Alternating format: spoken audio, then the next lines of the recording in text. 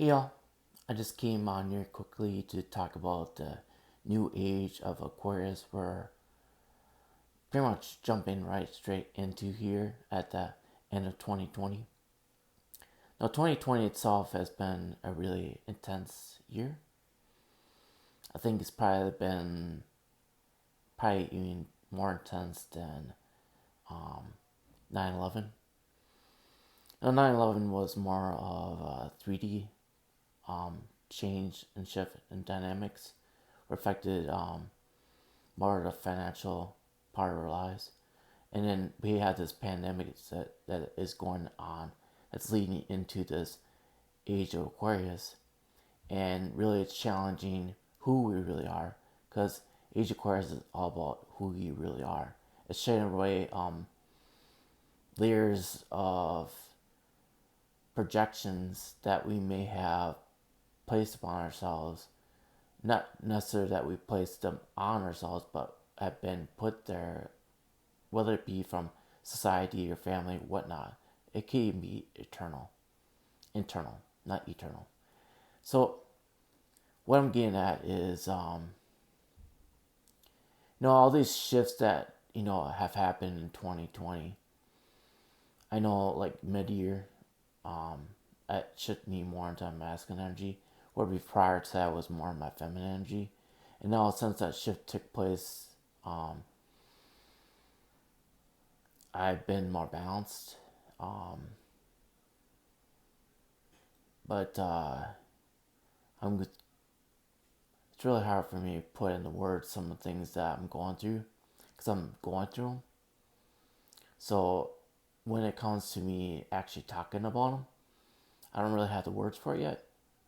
But I felt like coming on here and sharing with y'all because I'm on this journey too.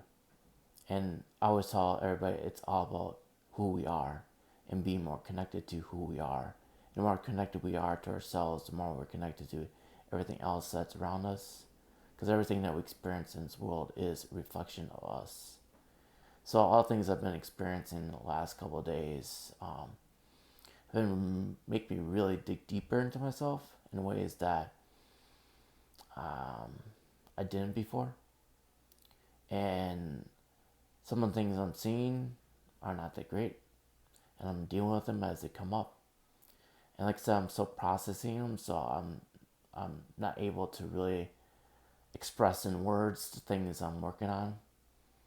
But it cuts deep because even though we may not think that we express things, and I talk about this in coaching too, um, our ego will come back around and still hold things down that weren't there before. And a person is really good about triggering those parts of us, and then we're good about triggering in them too. It doesn't really matter what kind of connection your ego perceives that is going on between you and your person, and because ego is just there to protect us.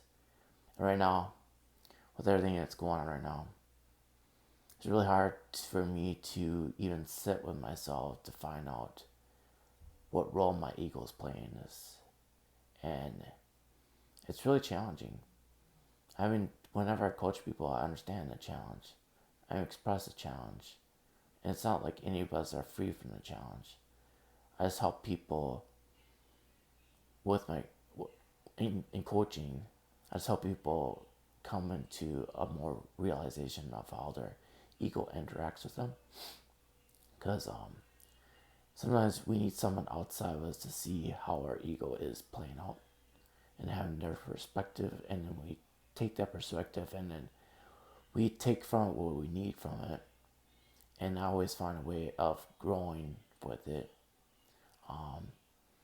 Way back, I don't know, like, we'll say even like 2.5 years ago, I used to like internalize everything, didn't express it, thought it was my thing to take on, even if it was other people's stuff. And later on, I just found out, I didn't find out, but like,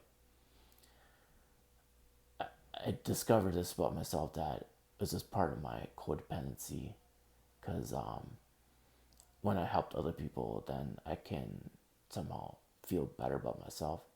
And that's due part of my being a Cancer, where we tend to overgive to other people, thinking that somehow it'll satisfy someone within us. And I had to learn that about myself, and like since I've discovered that, I see it still playing out. And it's really kind of challenging because you know, it's a lifetime journey of ourselves and getting to know who we really are.